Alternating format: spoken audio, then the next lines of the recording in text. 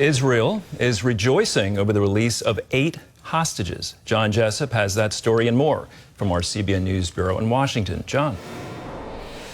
That's right. Thank you, Andrew. Israel is also looking forward to welcoming 3 more hostages Saturday. The joy, although, is tempered by the fact that terrorists are being set free from Israeli prisons as part of the deal. CBN Middle East correspondent Julie Stahl brings us the story from Jerusalem.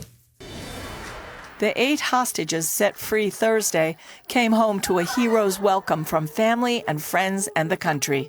The entire state of Israel embraces you, as do my wife, Sarah, and I. This release was achieved, first of all, thanks to our heroic soldiers, and it was also achieved thanks to the steadfast and determined stand that we took during the negotiations. On the helicopter to the hospital, Agam Berger held a sign thanking the country and saying, "I chose the path of faith, and in faith I returned."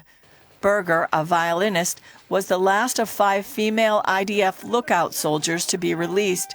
She had a joyous reunion with family and her fellow soldiers.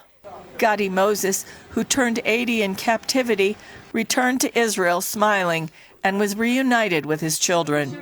Arbel Yehud, who reportedly spent her entire 482 days alone, had a chaotic exit from Gaza. She and Moses were held by Palestinian Islamic Jihad. Her exit was so chaotic that Netanyahu temporarily suspended the Palestinian prisoners' release until he had assurances from mediators that it wouldn't happen again. During the release of our hostages today, we all saw shocking scenes. We made it clear to the mediators that we do not intend to accept any risk to our hostages. The Thailand hostages, who have no family here, were greeted at the hospital by their country's ambassador to Israel. Thank you so much. I'm sure that they will feel at home here. The 3 hostages expected to be released on Saturday after 484 days in captivity are Ofer Calderon, American-Israeli Keith Siegel, and Yarden Bibas, whose wife and 2 little boys, Kfir and Ariel, are still held hostage.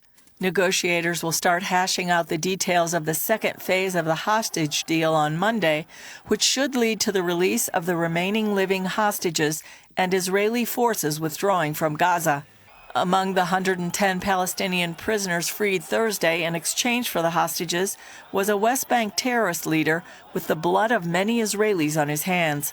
Zakaria Zubeidi was given a hero's welcome by a huge crowd in Ramallah as he thanked Allah for his freedom. Despite more than a year of crushing blows, Hamas says it won the war in Gaza. A senior official for the group tells the Associated Press the Palestinian people were not defeated. The enemy did not achieve its goals. It appears President Trump may be willing to use economic pressure to get Egypt and Jordan to take in many of the Palestinians left homeless by the war in Gaza.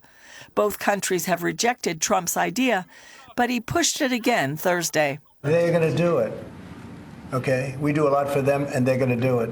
Julie Stahl, CBN News, Jerusalem.